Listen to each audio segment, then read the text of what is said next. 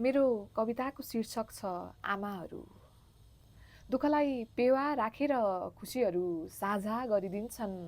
आमाहरू त्यसै आमा भएका होइनन्, आफू खाली भएर पनि सन्तानको पोल्टो भरिदिन्छन्। सन्तानको भाग्यमा पालुवा भर्न आफू सुकेर झरिदिन्छन्। म छक्क पर्छु आमाहरूले आफ्नै सपनाहरूको बलिदान कसरी दिन्छन्। ग्रन्थ लेख, काव्य लेख, जे लेख्नु छ लेख, तर आमाहरूको महानता किताबमा अटाउन सक्दैन। आधा पेट खाएर कहिले नखाएरै अघाएर महिनौँ भोकसँग युद्ध लडिरहन्छन् आमाहरू। आफू उजाडिएर पनि सन्तानको सपनामा कमेरो पोतिरहन्छन्।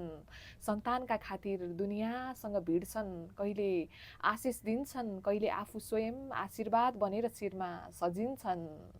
आमाहरू नायक हुन्, सन्तानका लागि ढाल बनेर उभिन्छन्, कवच बनेर सन्तानका छातीमा सजिन्छन्।